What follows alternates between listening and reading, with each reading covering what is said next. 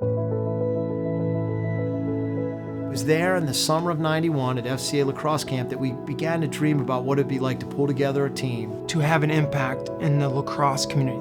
At the time, the Vail tournament was the tournament. The Wimbledon of lacrosse. We had this idea of like, hey man, we can maybe put a team out to Vail. We might have enough guys. The challenge was finding enough Christian lacrosse players that understood that concept and were good enough to play the game of lacrosse at that level. We commissioned Dan, kind of being the full-time FCA staff guy, to look into it, and he called the tournament directors out in Vail. I begged them just to take my name and number. Begged them, just, hey, put me on a waiting list. If someone drops, if no one ever drops out, we never have teams that drop out. No one's ever dropped out in the history of the Vail Shootout.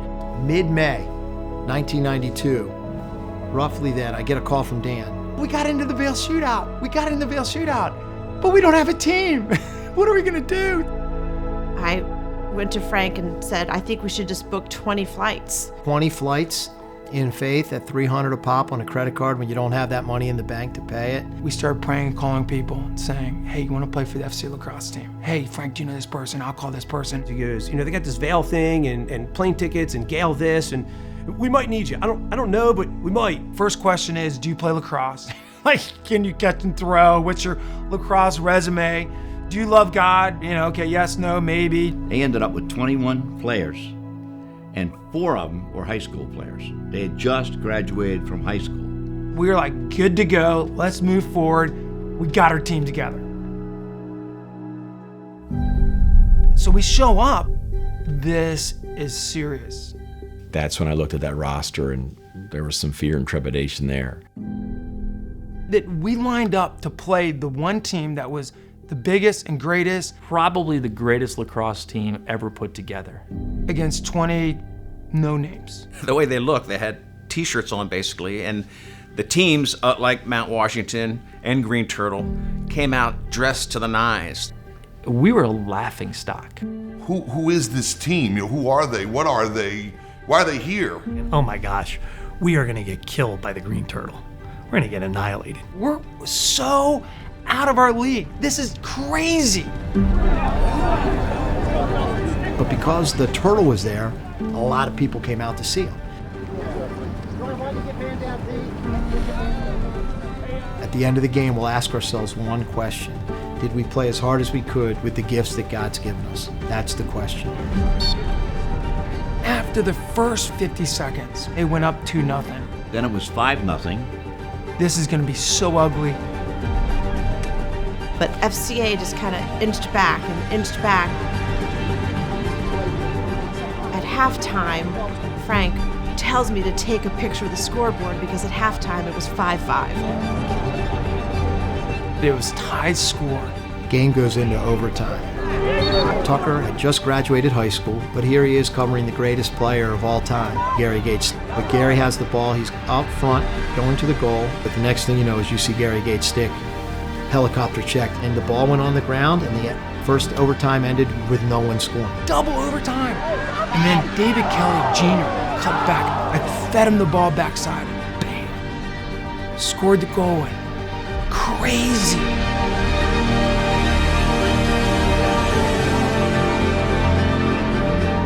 The miracle on the mountains.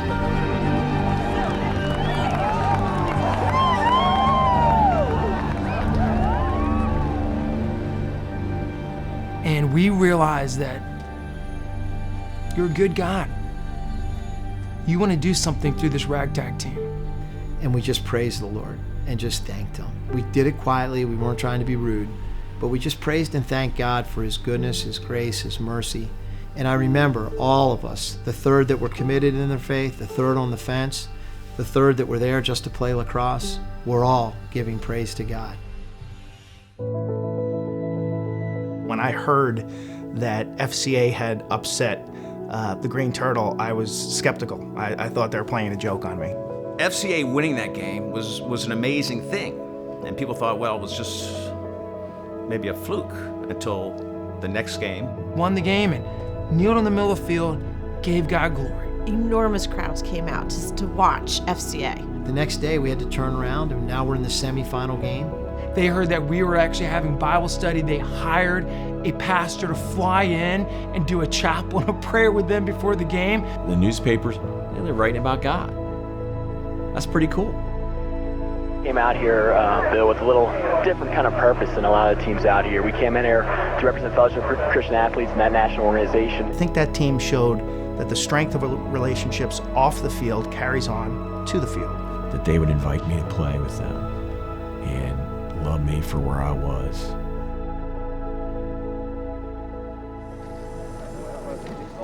The Fellowship of Christian Athletes had to beat some pretty good teams to get here, including the #1 seeded Green Turtle team, the defending champions. Well, they did, and they beat Colorado, which was a favorite to make it to the finals as well, in the semifinals in a close game. We beat Team Colorado in the semis. Now we're going to play Mount Washington in the championship. And getting all set to start action, Mount Washington will be in blue. The Fellowship of Christian Athletes, white tops, red shorts. FCA gave us all we could handle for the first 20 or so minutes of the game. Next thing you know, it's like 8-1 them, and we're like, oh no, this is not going well. Timeout. With about a few minutes to go in the fourth quarter, we make a run. 4, 5. What the heck was that? 6. Down, and here's the big face-off. Frank Kelly gets it, putting pressure again on the defense. And here comes Kabovic. 7. Few minutes left, and we had all the mo. You could feel it. It's going to happen. Time's running out. I'll hold it, and that'll be it. 10-7. Mount Washington winners. But that wasn't the total story. The biggest story maybe was the Fellowship of Christian Athletes. The fact that they got to this final. They surprised everybody to get this far. And the goals for this team are goals that make you believe in the value systems of this country again. Maybe it wasn't about getting a championship, but instead about producing champions. That team impacted not just FCA, but impacted Lacrosse. The people that have been saved because of that team. I can remember saying to myself, they have something that I want that I don't have. That game was a springboard in the beginning for FCA to evolve to what it has become today. The proudest moments of my life being on my knees there praying with my son. It launched something far bigger and far greater than we could have ever imagined. Nobody knew about them. They didn't walk in with this big impressive entourage. They didn't have all the biggest names, but they played one of the greatest games.